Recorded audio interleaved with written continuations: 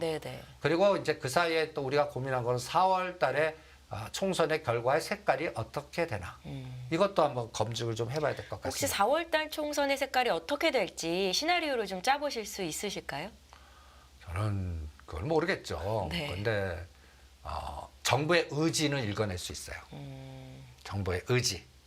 여대 야소가 된다면? 그것도 네. 예측은 안 할래요. 네. 근데 전번에 대통령 이 복잡계 사고 중에 하나인데 네. 제가 이 그림 갖고 여러분들 이제 지하와 건설, 기계, 철도 이런 거 원전을 사십시오. 뚱딴지 같이. 맞아요. 윤 대통령께서 622조 반도체 메가 클러스터를 조성하겠다라는 정책을 발표했을 때 반도체 관련 소부장주, 반도체 관련주가 아니라 오히려 철도 지하와 관련된 거 그리고 전력망 관련해서 이제 원전 관련주를 매수하는 게 좋다라는 말씀 주셨었죠. 예, 예. 복잡계 시각에는 시장에서 이렇게 공고하게 로직화 시켜서 누구나 다 예측할 수 있는 데는 수익이 안 납니다. 이것이 있기 때문에 저것이 뭐가 파생될까를 고민해야 되거든요. 네. 여기에 파생되는 거는 여러분들 보시면 말단에 제가 빨간색 반도체 생산 라인 하나에 1.3 기가와트 대전 소비 전력 필요 그리고 여기에 인구가 얼마가 140에 150만 필요 그러면 이쪽에 교통망, 철도망, 전력망이 다 구축된 다음에 반도체 클러스터 만드는 거다. 이게 10년 걸린 얘기예요. 그럼 그전에는 도로 놓고 땅 파고 흙 파고 이근데 그 사이에 총선 있고 대선 있단 말이에요. 그래갖고 제가 이 그림을 한번 보여드리지 않았습니까? 동탄, 수소, 이 라인에 연결된 에너지 이와 관련된 것들이 지하. 그래서 이번에 한동훈 비상대책위원장이 또 지하화선을 요새 특수건설이나 동학 지질이라는 그래프를 한번 보세요. 모양이 달라요. 모양이 달라집니다. 제가 오히려 반도체 소부장파라고 글로 가신 분이 한 6개월 수익률은 또 최고일 것 같고 그 다음에 제가 또 이 시스템 반도체도 보세요. 오늘 종가로 표시했는데 다 푸르죽죽이에요. 네. 그러니까 오늘 이거는 반도체주가 좀 많이 안 좋았어요. 예. 네. 그동안 올랐던 거 못 올라간 것도 빠져요. 못 올라간 것도. 그래서 2월 5일 날 전후해서 결과 보고 바닥 찾으시고요. 거기에서 좋게 나오면 하나 마이크론, AD 테크놀로지 이제 우량주를 사세요. 오킨선자나 어버반도체나 실적 안 나오고 테마 시킨 거는 하지 마시고요.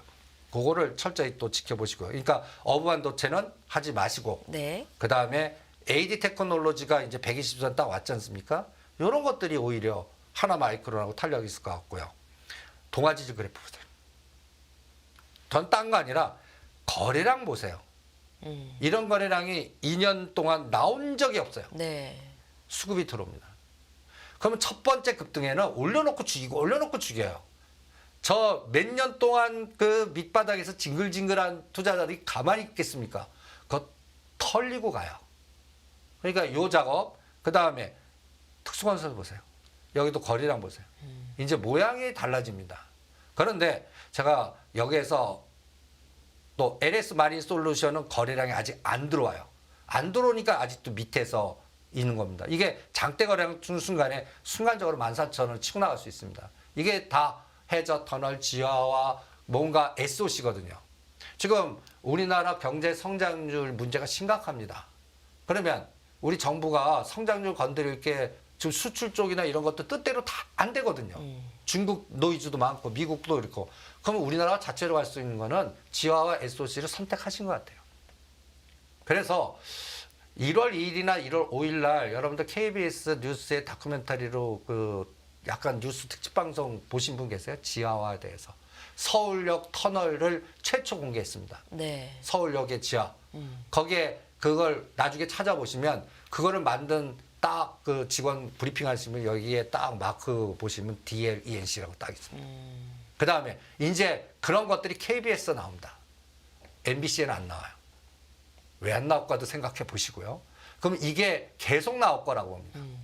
그리고 또 하나의 아이디어는 그러면 이거 복잡계 시각으로 이제 MBC에서도 나오나 한번 볼래요. 네. 삐딱지 같은 시각이죠. 이제 총선 아닙니까? 네. 지금 어떠한 판의 싸움이 굉장히 심각할 것 같거든요. 방송국이라는 것도 하나의 거버넌스로 한번 접근해 보면 이 정부가 다음 색깔이 어떻게 될 때 나한테 플러스냐 마이너스 승부를 거셨던 분들 그 대주주들이 있을 거거든요. 그거를 한번 그러니까 저는 내년 금년도 총선의 색깔이 어떻게 됩니까? 예측 불가능인데 요거는 예측 가능해요. 저라면 MBC 하겠습니다. 아직 MBC 방송에서 철도 지와 관련된 뉴스가 보도되지 않았음에도 불구하고 이제 할 것 같아 갖고. 그리고 이제 그 IMBC가 원래 사극의 전통 방송국입니다. 네. 사극한 거 보셨어요? 최근에 허준, 대장금 옛날에는 틀면 사극이 MBC였어요. 요새 그 고려 거란 전쟁만 나오고 네. 여기는 하나도 안 나와요.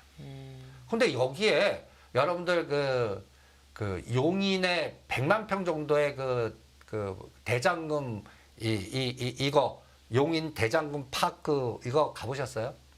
저는 아직 못 가봤어요. 여러분들 한번 가보셔 보세요. 용인의 대장금 파크요? 예, 거의 90만 평 정도 됩니다.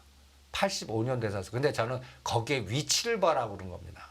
그리고 여러분들 MBC가 똑똑한 것 같아요. 옆에는 뚱딴지 같이 이게 그 여의도에 여기가 여의도 부지였습니다. 이거를 팔아갖고 여기 아파트 지었죠? 예, 멋있게 졌죠. 예. 아파트인데 하나는 MBC가 운영 관리하는 것 같습니다. 그래서 거기 운영 대금이 광고비 같이 매달 들어오는 것 같습니다. 이 수익이 빵빵한 것 같아요. 그래서 그리고 이 뚱딴지 같지만 이게 복잡게 사고예요. 여기가 삼성전자 기흥 공장 단지입니다. 여기가 SK 하이닉스 단지입니다. 용인 대장금 파크가 여기 딱 있습니다. 여기에 다 이제 그 GTX 라인 또 그다음에 동탄 이 개발 아파트 이쪽에 개발이 어마무시할 겁니다. 이게 다 연결고리가 나오지 않겠습니까? 그럼 이게 자산 가치가 얼마나 커질까요? 어마무시하게 커질 것 같아요.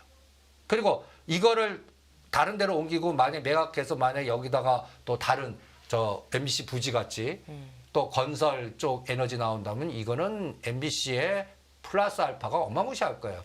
그런데 주가는 3,000원짜리입니다. 그럼 저는 이제 이런 거 한번 또 금년 총선과 하나의 아이디어로 사볼 수 있다. 네. 아니 주가가 요새는 음지를 사야 되거든요. 음지가 양지된다 그런 해가 될 것이다라고 말씀을 하셨죠. 예, 금년에 저는 화두는 음지가 양지예요. 그러니까 작년에 잘 나간 종목이나 잘 나가신 분은 조심해야 되는 해고 금년은 작년도에 망가졌거나 뭐한 거가 새롭게 태동되면서 에너지를 주는 그런 해 같거든요. 네. 잔인한 해입니다, 이게. 오히려 역사이클 걸리신 분들한테는. 그래서 이런 것들에 그 복잡상으로 연결고리를 해갖고 이것도 음지가 양지되지 않겠나? 그래서 총선에 그 방송국의 주가도 또 요동을 칠 것 같아요. 네. 저는 전방 디지털조선은 김무성 전 대표가 국회의원 되면 간다. 이것도 뚱딴지 같지만 이렇게 연결시키고요. 그러니까 이게 말이 되지 않으니까 하라는 얘기입니다. 네. 주가가 바닥이고 그리고 누구나 다 진짜 말이 돼. 확신해. 그때는 파셔야 매도의 됩니다. 시점이고. 예. 이승조 대표님의 관점에서 말씀을 하시는 거니까 시청자 여러분들 오해 마시고 참고해 주시면 좋겠습니다. 예. 그리고 또 주가가 바닥에 가면 아니고 그때 따블이 나가고 막 급등하고 뭐 난리 시장이 그냥 환호하고 막 그럴 때는 그때는 매도하십시오. 오히려 이 생각을 미리 하시고 네. 이런 아이디어도 지금 총선의 색깔이나 결과는 모르겠지만 제가 보기에는 방송국의 싸움은 시작했다고 봅니다. 이제 선을 분명히 걷어요. 네네. 그래서 요번 그 방송국의 예를 들어서 동아일보 그다음에 디지털조선 방송국 색깔들 발언 내용도 봐요. 이런 건 이렇게 보시면 됩니다. 대통령이 뭔가 기자회나 담화할 때 그 전에 플러스 재료를 내냐 마이너스 뉴스를 보내나. 그거 갖고 색깔 딱 보시면 됩니다. 그거 갖고 JTBC라든지 뭐 컨트리 중앙이라든지 디지털 조선이라든지 IMBC라든지 YTN이라든지 이런 주가도 3개월 코스의 변동성이 또 재미있는 아이디어로 배팅 가능한 게 또 이 복잡계 사고에서 우리가 유추해서 갈 수 있습니다. 그런 네. 것들도 한번 아이디어로 투자 아이디어니까 참고해 보시기 바랍니다. 예, 선거를 앞두고 방송 관련주들은 또 어떻게 매매를 해볼 수 있을지 이승조 대표님의 관점으로 저희가 좀 풀이를 해봤습니다. 최근에 음지가 양지가 된다는 화두 계속해서 말씀을 해주고 계신데 중국과 관련된 이 석유화학 대표주 대한유화 바닥권 매수 전략이 가능하다라는 말씀을 주신 적이 있는 것 같거든요. 흐름이 좀 어땠을까요? 그것도 10%에서 15% 갖고 때리라고 그랬습니다. 그거는 끌개가 뭐냐면 네. 홍콩 H입니다. 홍콩 H지수요? 중국 홍콩 H. 가 바닥을 좀 다졌나요? 바닥 다지고 올랐을 가능성이니까 배팅을 한 거죠. 네. 그런데 3일 정도 오르고 저는 여기한테 물어보겠습니다. 홍콩 H지수. 홍콩 H지수. 저는 이게 N자로 갈 것 같거든요. 올라간다. 예, 네. 3월 달 가면 많이 갈 것 같아요. 공작 회의 전인대 이후에요. 그러면 요게 한 단계 이게 공포 때 1월 22일입니다. 중국 연골고리 관련된 종목은 1월 22일을 잘 기억해 주십시오. 간단히 얘기해서 뭐 면세점 관련주가 됐던 소비주가 됐던 그다음에 대한유화, 금호석유화이 됐던 카지노주가 됐던 여행주가 됐던 1월 22일 저점 대비 어느 게 제일 먼저 치고 나가나. 그 아직도 못 간 건 뭐냐. 그리고 여기에 ETF는 타이거 차이나 H ETF가 있습니다. 같이 움직일 겁니다. 그러면 올랐다 눌림목 줬다가 다시 5,000원 안 깰 것 같거든요. 그럼 여기서 다시 눌림목 주고 다시 5,700, 800 갈 때 이거를 대한유화 갖고 구조화 시켜보는 거예요. 대한유화. 저는 전번에 한번 14만 3,500원에 때리라고 그랬거든요. 여기서 10% 정도 올랐습니다. 그 다음에 눌림목에 12만 5천원, 13만 원 사이에서는 다시 사겠습니다. 7과 14% 사이에서 다시 모으겠습니다. 그 다음이 15만 5천원과 16만 원 가려면 이게 N자가 돼야 되잖아요. 그러기 위해서는 홍콩 H가 5,700이나 5,800까지 N자로 가져야겠죠. 네. 그거를 여러분들은 금호석유학도 똑같습니다. 단기간에 이렇게 11만 원짜리가 13만 5천 원 하니까 1차 윗골이 달리잖아요. 이게 눌림목 주고 다시 N자가 되나 15만 원까지 가기 위해서는 이 종목을 보는 겁니다. 타이거 차이나 H. 이것도 딱 7,700원에서 7,300원 그리고 8,200원과 8,500원이 오면 아까 대한유화는 15만 원, 금호석유화학도 15만 원. 이런 것들이 공식같이 될 거고 이게 그러면 중국 카지노 주들 중에 못 간 것들 면세점주에서 못 간 것들이 또 요새 롯데지주가 갑자기 튀어 올라도 이것도 거버넌스예요. 자사주라든지 그동안 낮바다가 눌렀다가 삼성물산은 비슷해요. 이런 것들이 갑자기 생긴 것들이거든요. 그러니까 그런 것들을 연결하고 그 다음에 여행주들은 제가 작년에 리오프닝 하면서 제가 딱 3가지만 설정해서 샘플링을 했거든요.